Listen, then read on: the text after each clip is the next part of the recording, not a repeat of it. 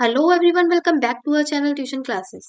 सो हम आज इस लेक्चर में आपके क्लास 10th की ज्योग्राफी की बुक का चैप्टर 1 एनसीईआरटी बुक का आपकी कवर करने वाले हैं।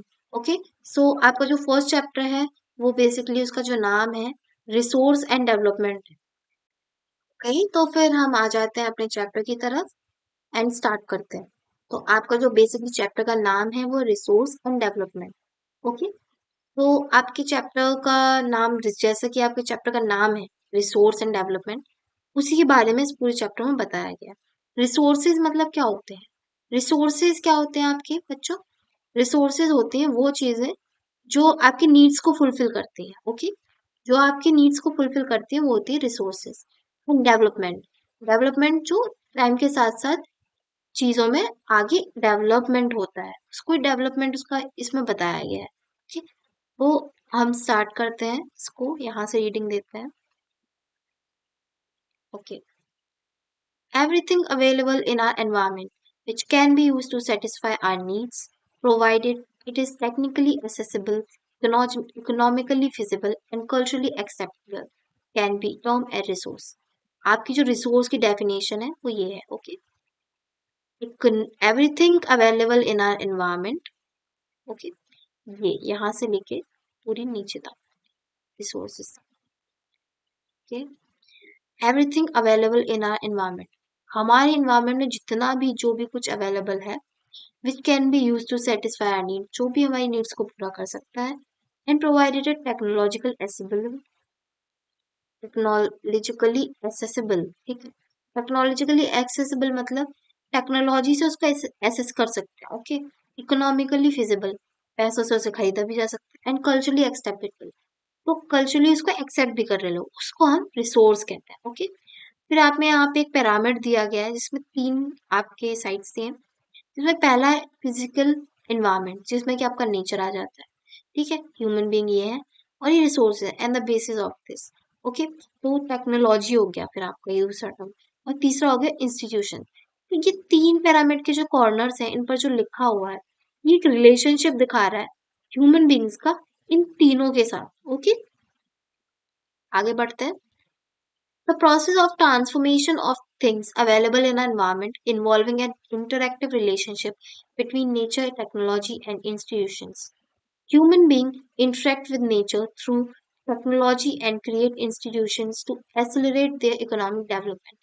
The process of transformation of things available in an environment, वो प्रोसेस जिस वो ट्रांसफॉर्मेशन की प्रोसेस, मतलब ट्रांसफॉर्मेशन क्या होता है? ट्रांसफॉर्मेशन मतलब होता है किसी एक फेज से दूसरे फेज में आना और बेटर होना उससे। ठीक है, बेटर भी हो सकता है, ट्रांसफॉर्मेशन में ज्यादातर बेटर हो जाती हैं चीजें। Process of transformation of things available, things का मिलना, ट्रांसफर हो जाना in our environment involves an interactive relationship between nature, technology and institution. आपके पिरामिड को यहाँ पे एक्सप्लेन किया है। Human beings interact with nature through technology. Technology के थ्रू ह्यूमन बींग्स इंटरेक्ट करते हैं and create institution to accelerate the economic development.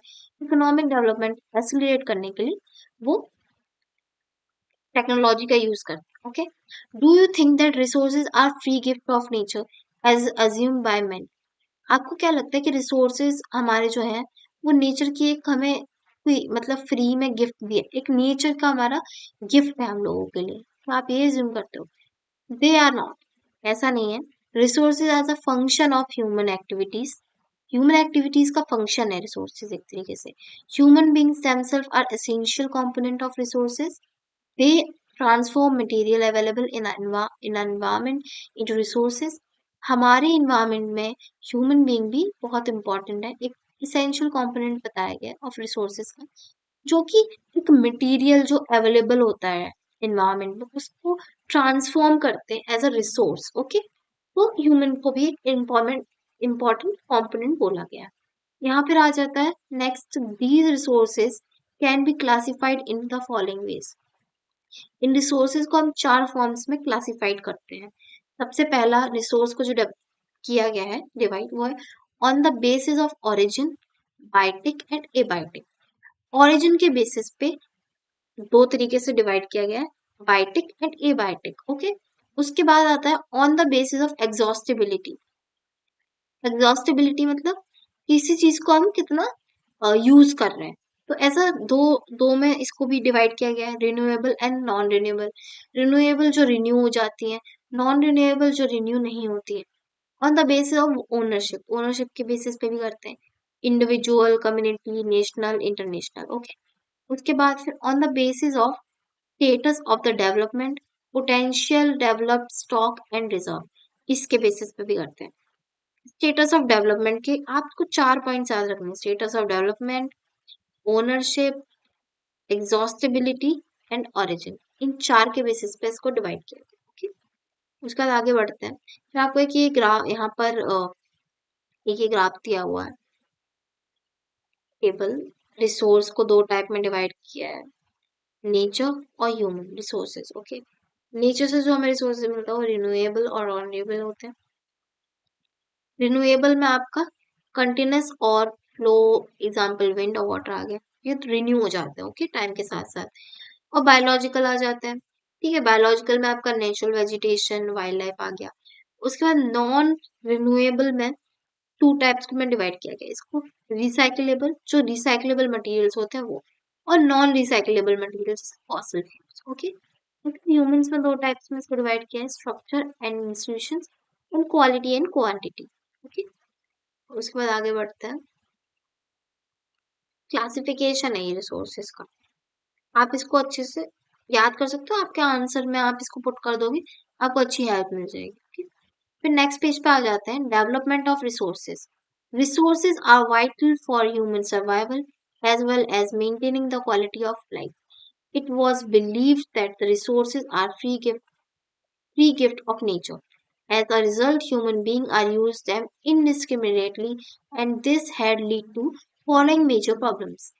Resources बहुत ही ज्यादा एक वाइटल ह्यूमन सर्वाइवल के लिए बहुत ज्यादा इम्पोर्टेंट चीज है, लेकिन इसको लोग ऐसा मानते हैं कि नेचर ने हमारे लिए गिफ्ट हमें तो दिया हुआ है, फिर हमसे पैसा नहीं लेता है, या फिर उसके लिए हमारे पास कोई टैक्स नहीं देना पड़ता है, हमें एक फ्री गिफ्ट दिया गया है नेचर के द्वारा। लेकिन as a result human being use them, और इसकी वजह से ह्यूमन उसको कंजम्पशन उसका बहुत ज्यादा रूप में करता है, ठीक है।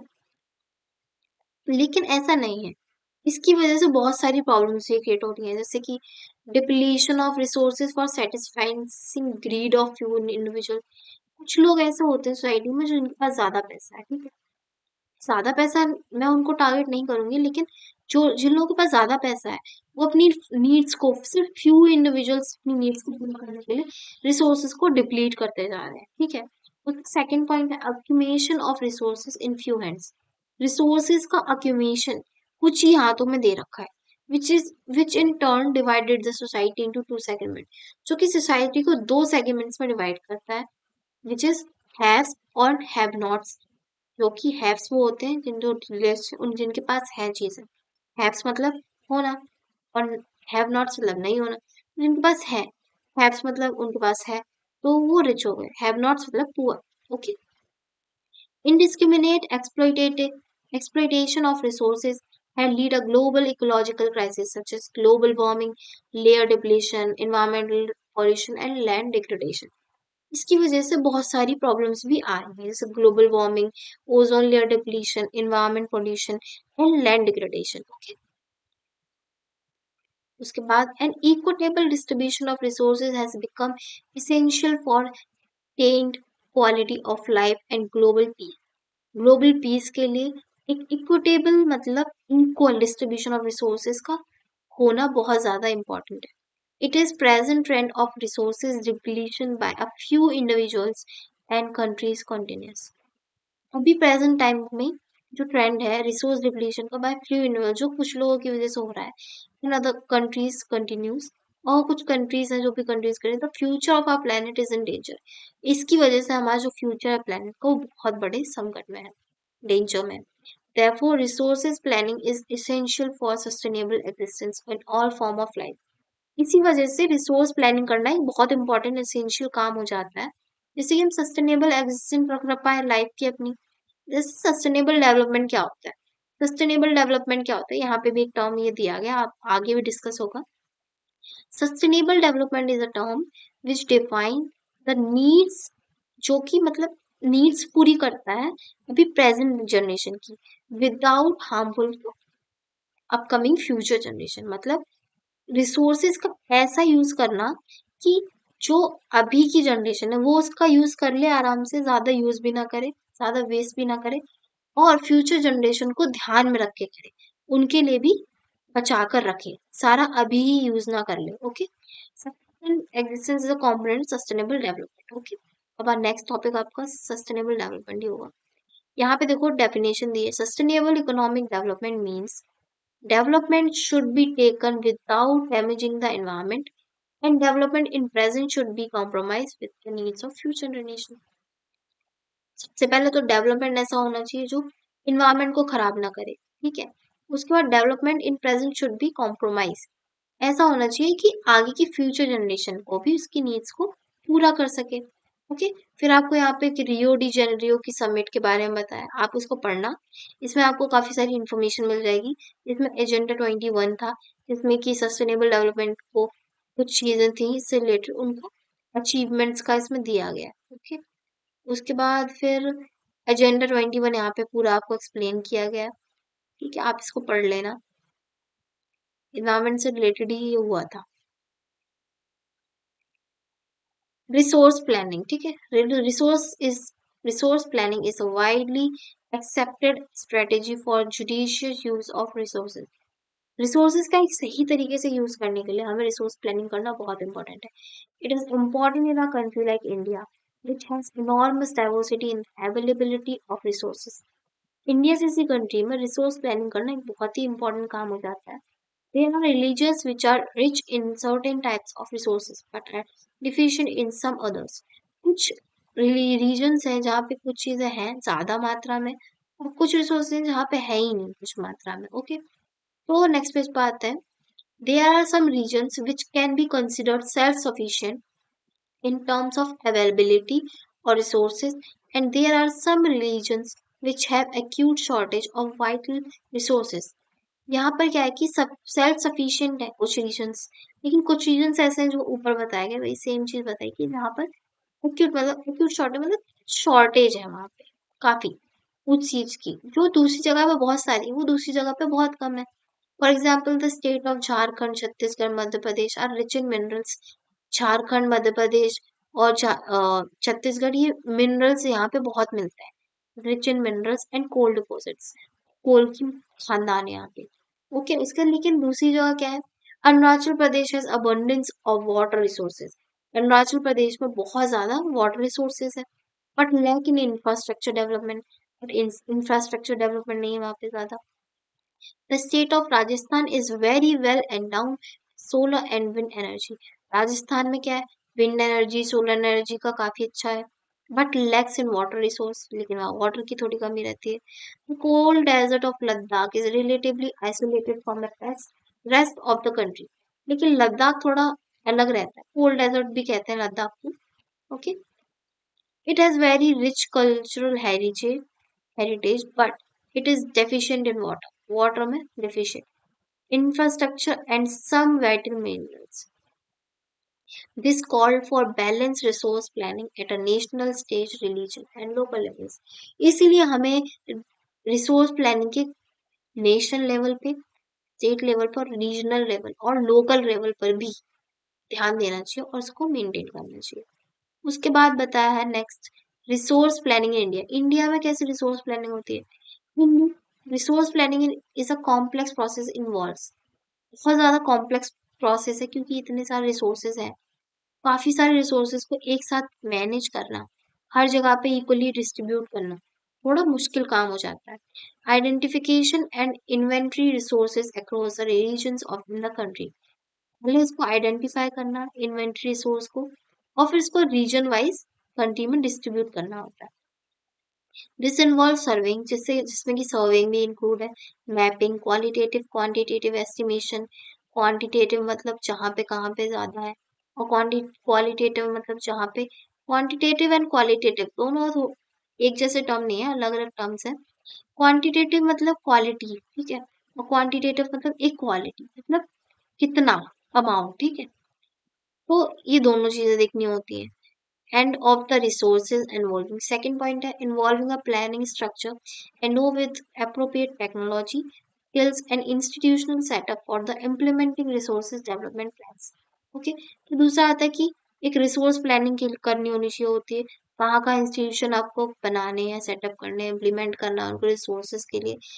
इंस्टीट्यूशन की बात अपन करेंगे, किसी चीज को एक्सट्रैक्ट किया हमने, ठीक है, हमने डायमंड को एक्सट्रैक्ट किया मान लीजिए, रिसोर्स कार्बन को किया या फिर वो कोई भी और चीज, जैसे कि देखो आपको ये पता होगा कि हमें कोई भी चीज अगर मिलती है रॉ, रॉ रिसोर्स मिलता है तो हमें वो अलग फॉर्म में मिलता है, उसको हमें कन्वर्ट करना पड़ता है दूसरी फॉर्म में ताकि वो हम यूज कर सकें। तो उसके लिए इंस्टीट्यूशनल और इम्प्लीमेंटी टेक्नोलॉजी मशीन से सब सेटअप करना होता है, तो इसमें वो सब आ जाता है। Matching the resources development plans with overall national development plans, सारे ही ओवरऑल नेशनल प्लान्स में उनको हमें फिट करना होता है, ठीक है, मैच करना होता है। India has made concerted effort for achieving the goals, India बहुत ज्यादा मेहनत करती है इन जो गोल्स को अचीव करने के लिए।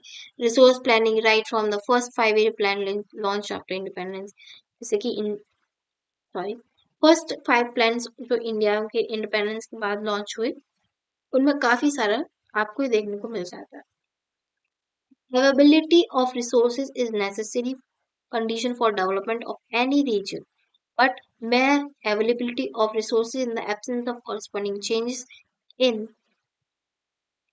technology and institution may hinder development. हम देखते हैं कि काफी जगह होता है कि अवेलेबल है रिसोर्स, नेसेसरी कंडीशंस है जहाँ पे होना ही चाहिए, बट वहाँ जहाँ अवेलेबिलिटी ऑफ रिसोर्स होती है वहाँ पे एब्सेंस ऑफ कॉरस्पॉन्डिंग चेंजेस, अगर वहाँ कुछ चेंजेस आ रहे हैं टेक्नोलॉजी इंस्टीट्यूशन में तो वो डेवलपमेंट को हिंडर कर रहे हैं। There are many regions in our country that are rich in resources but these are not included economic backward regions, कुछ ऐसी जगह भी हैं, रीजन्स है कंट्री में हमारे जो कि रिसोर्सेज में बहुत आगे हैं, रिच है बहुत ज्यादा, बट वहाँ पे इकोनॉमिकली बैकवर्ड रीजन वो कहलाता है, जहाँ पे ज्यादा कुछ अच्छा नहीं है, मतलब लोग ज्यादा रहना पसंद नहीं करते, वहाँ की इकोनॉमिक कंडीशन अच्छी नहीं है। On the contrary, there are regions which have poor resource base but they are economically developed. जहाँ पे कुछ ऐसे रीजन्स भी हैं जहाँ जो कि पुअर रिसोर्स है जहाँ पे, लेकिन उनका इकोनॉमिक डेवलपमेंट बहुत अच्छा है। The history of colonization reveals that the rich resources in colonies were the main attraction of the foreign railways. Colonization जब हमारी हुई थी तो जो हमारा ये रिसोर्सेज थे, यही एक जो ब्रिटिशर्स थे उस टाइम पर और जो कंपनी थी उनके लिए एक बहुत बड़ा मेन अट्रैक्शन बने थे। It was primarily the higher level of technological development of colonizing countries that helped them to exploit resources of other regions and establish their supremacy over the colonies. उन्होंने यही तो किया था, रिसोर्सेज हमारे exploit कर करके लेके गए और उनके पास मशीन्स हमारे पास सब अवेलेबल नहीं थे, इतनी डेवलपमेंट नहीं था हम लोग, तो ये लोग अपने वहां ले जाके उनसे रिसोर्सेज से उनको निकालते थे रिसोर्सेज को और फिर अपने यूज में लेते थे और खूब प्रॉफिट कमाते थे। Therefore, resources can be contribute to in development only when they are accompanied by appropriate technology development and institutional changes. Institutional changes और काफी सारी टेक्नोलॉजी के चेंजेस से काफी सारा डेवलपमेंट में कंट्रीब्यूट कर सकता है अगर ये और इम्प्रूव हो जाए।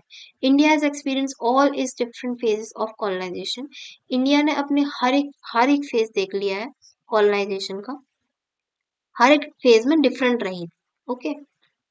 Therefore, in India, development in general, general बात करते हैं, and resources development in particular does not only involve the availability of resources.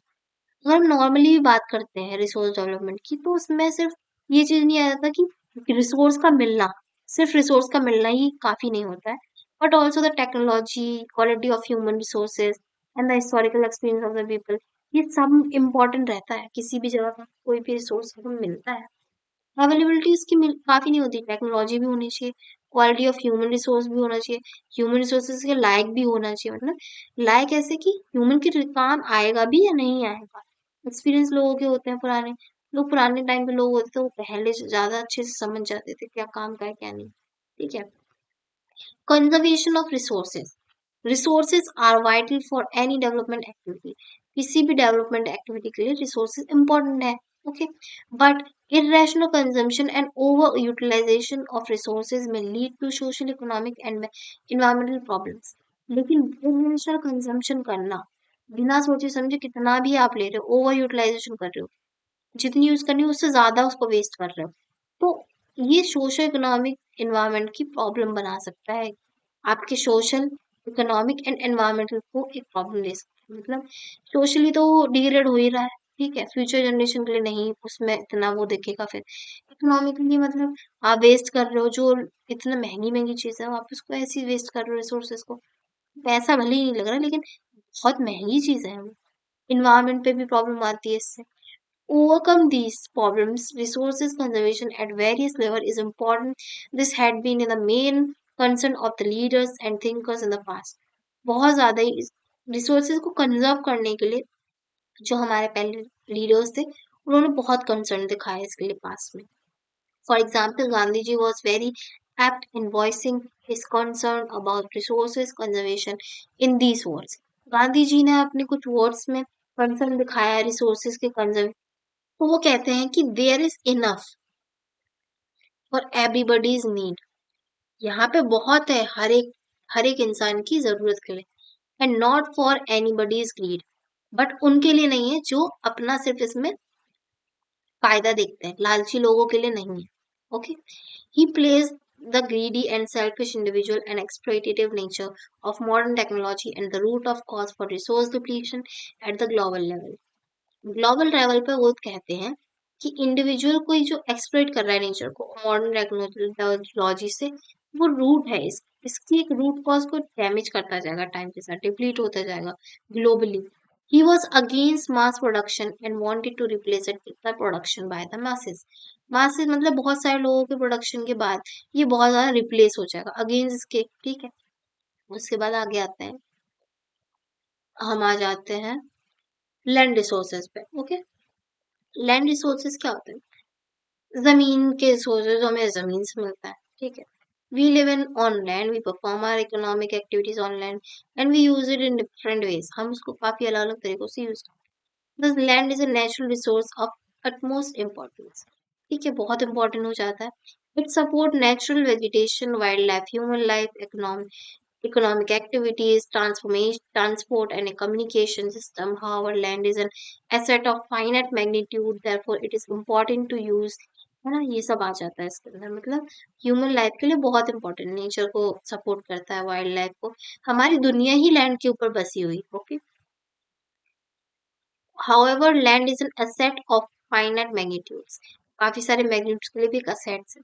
Other, therefore, it is important to use the available land for various purpose with careful planning. जो हमारे पास अब land बचा हुआ है, available है इस time, उसको भी हमें बहुत ही ज्यादा प्लानिंग के साथ एक अच्छे पर्पस के लिए यूज करना चाहिए, बहुत ही केयरफुल प्लानिंग के साथ। Okay, India has land under the variety of relief features, mainly काफी सारे लैंड है, वैरायटी ऑफ लैंड रिलीज है फीचर्स इंडिया में। ये कुछ इस तरह का नाम है, mountain, plateaus, plains, lands. 43% of the land area is plain.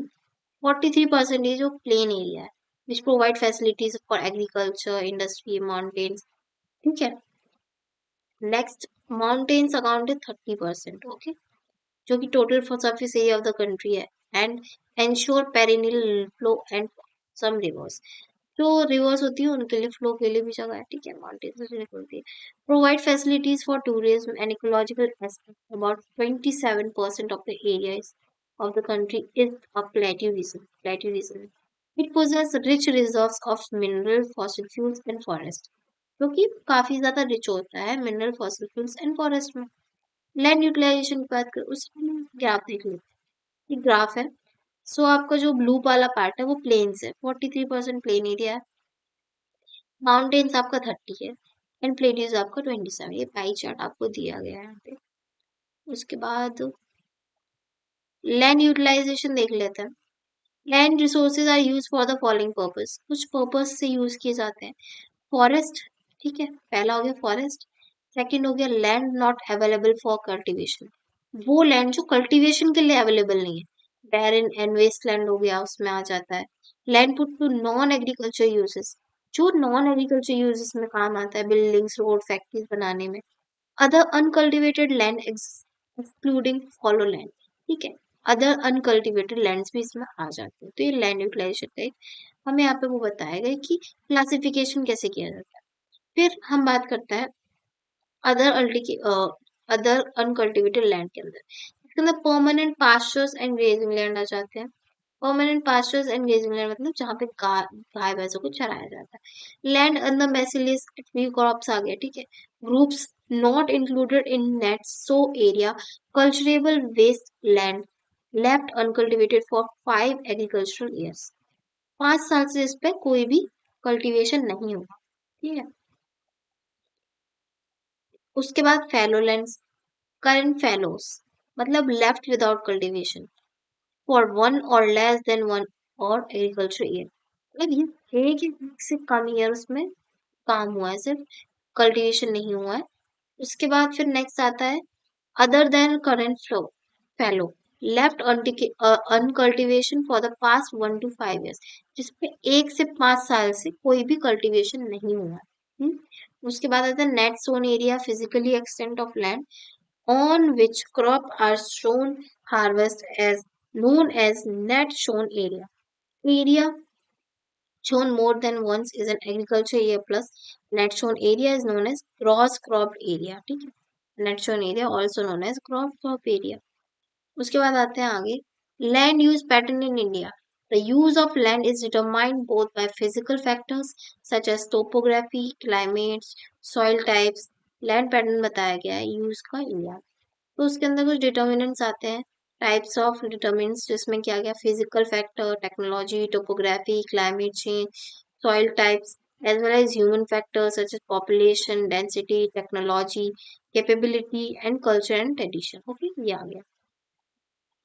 उसके बाद आगे आते हैं हम, क्या आपके पाइग्राफ दिए हैं दो, general land use for categories, पहले का 1960 261 का और 2014 एंड 15 का दिया गया है। तो आप देख सकते हो इसको कि पहले फॉरेस्ट कितने थे, बैरन एरिया और कल्टीवेटर, अब कितना है, चेंज हो गया, पहले से ये इससे आ गया, कन्वर्ट हो गया। अब आगे बढ़ते हैं। Total geographical area of India is 3.28 million square kilometers. Land use data, however, is available only for 93%. 93% ही है अवेलेबल लैंड यूज डाटा, अभी बताता है जो। उसके बाद फिर हम आगे आते हैं geographical area because land use reporting for the most of the northeast state except Assam has not been fully done. Okay. Assam के बारे में फिर इसमें बताते हैं कि नॉर्थ ईस्ट एरिया में रिपोर्टिंग है, ताकि Assam has not been fully done, जहाँ पे आसाम में पूरी तरीके से भी लैंड का हमें वो नहीं लिखा हुआ है। Moreover some areas of Jammu Kashmir occupied by Pakistan, POK, जो हमारा जो JNK में और POK occupied by Pakistan and China, ठीक है, have also not been surveyed. यहाँ का सर्वे ही नहीं हुआ अभी तक। The land under permanent pastures has also decreased. How we are available to feed our huge cattle population on the pasture land and what are the consequences of वो land जो under permanent pastures है, जहाँ पे हमेशा ही लोग अपनी grazing वगैरह कराने लाते हैं, हैज ऑल्सो डिक्रीज, वो भी काम के साथ टाइम के साथ साथ डिक्रीज होती जा रही है, ठीक है। जिससे कि कहाँ से खिलाए वो अपने जानवरों को, कैटल, और ये बहुत ज्यादा एक बड़ी प्रॉब्लम बन जाती है कैटल पॉपुलेशन के लिए, है ना। Most of the other than the current fallows lands are either poor quality or the low cost of cultivation of such land is very high. कुछ पुअर क्वालिटीज में है, ठीक है, जहाँ पे अच्छा नहीं है, ग्रास अच्छी नहीं उग रही है, और कुछ कल्टीवेशन के अंदर आ जाते हैं जिनका बहुत ज्यादा हाई पेड़ है। Hence, these lands are cultivated once or twice in about 2-3 odd years. 3 साल के 3 साल और ट्वाइस मतलब 2 बार, अबाउट 2 से 3 साल में, ठीक है। Please include the net shown area, then the percentage of NASA in India comes out 54% of the total reporting area. Pattern of the net shown area varies greatly from one state to another. It is over 80% of the total area in Punjab and Haryana and less percent in the Arunachal Pradesh, Mizoram, Manipur, Andaman and Nicobar Islands. इसमें बताया गया है, तो यहाँ पे बताया गया है it is over 80% of the total area of Punjab, Punjab और हरियाणा का टोटल 80% है। Less than 10% of Arunachal Pradesh का 10%, और फिर यहाँ पे बाकी के नाम दिए गए हैं। उसका forest area in country is far lower than the desired 33% of geographical area. and it was underlined in national forest policy 1952। National forest policy के तहत इसको अंडरलाइन कर दिया गया था। It was considered essential for the maintenance of the ecological balance, the livelihood of millions of the people who live on the fingers of the fingers of these forests depend upon it. A part of the land is termed as wasteland and land put in non-agriculture uses. वो area जहाँ पे हम agriculture नहीं कर सकते और Westland कहा जाता है, ठीक है। Wasteland include rocky, arid, desert areas, land and put in ठीक है। वो वेस्टलैंड एरिया जहाँ पे नॉन एग्रीकल्चर एक्टिविटीज नहीं होती, मतलब वहां पे कुछ होता ही नहीं है, नॉन एग्रीकल्चर एक्टिविटीज हो जाती हैं, फिर सेटलमेंट, रोड, रेलवेज, ये सब इन चीजों में आ जाता है। Continuous use of land over a long period of time without taking appropriate measures to conserve and manage it. Continuous use of land over a long period of time without appropriate measures to conserve and manage it is result in land degradation. काफी time तक कोई एक plan नहीं कर रहे हो, आप use करे जा रहे हो लैंड का, तो वो एक रिजल्ट करता है लैंड डिग्रेडेशन का, ठीक है। This is in turn has serious repercussion on the society and the environment. इसके बहुत ही ज्यादा हमें रिजल्ट देखने को मिलते हैं। रिपरकर्शन मतलब एक इफेक्ट पड़ता है जो सोसाइटी में, वो देखने को मिलता है environment. Land degradation and conservation measures, इसके कुछ मेजर्स हैं। We have shared our lift of past generation and we have to do so future generation.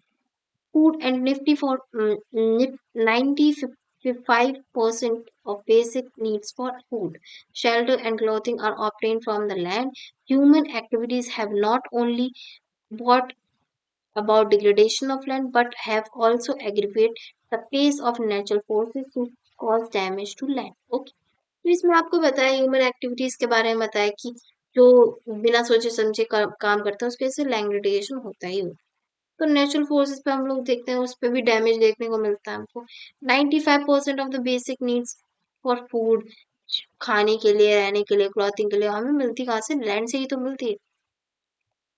Some human activities such as deforestation, overgrazing, mining, quelling, conservation, and बहुत सारी चीजें ऐसी हैं जिनकी वजह से लैंग्रेडेशन होता जाता है। ज्यादा डिफोरेस्टेशन करना, पेड़ ज्यादा काटना, ओवरग्रेजिंग की वजह से, माइनिंग की वजह से, क्वेलिंग की वजह से, जो की वजह से हो।